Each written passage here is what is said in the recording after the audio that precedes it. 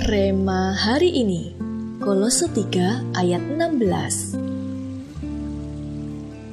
Hendaklah perkataan Kristus diam dengan segala kekayaannya di antara kamu, sehingga kamu dengan segala hikmat mengajar dan menegur seorang akan yang lain, dan sambil menyanyikan mazmur dan puji-pujian dan nyanyian rohani, kamu mengucap syukur kepada Allah di dalam hatimu.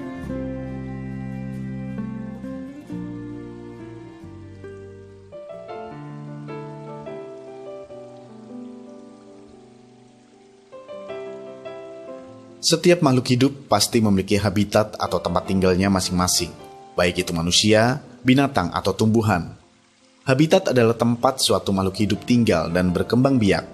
Misalnya binatang, mereka punya habitat yang berbeda-beda.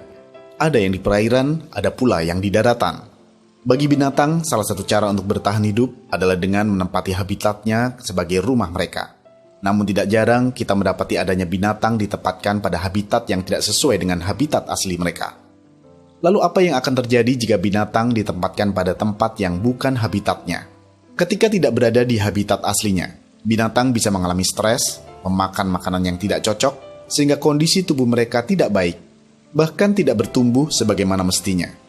Binatang yang ditempatkan tidak pada habitatnya akan kehilangan rumah mereka, kehilangan sumber makanan, dan mereka bisa masuk ke pemukiman manusia, bahkan bisa mengalami kepunahan.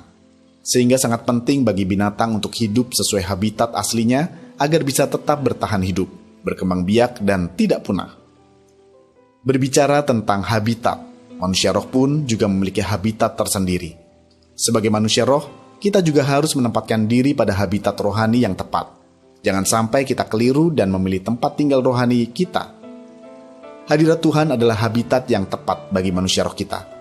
Ketika kita hidup dalam hadirat Tuhan, kita akan semakin mengalami pertumbuhan rohani, percepatan, dan perkembangbiakan rohani.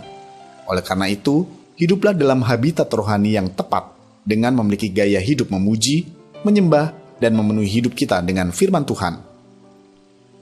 Semakin hari kita harus semakin berendam dalam hadirat Tuhan sebagai habitat rohani kita.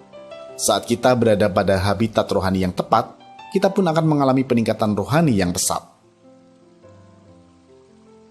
Apakah tandanya Anda sudah hidup dalam habitat rohani yang tepat?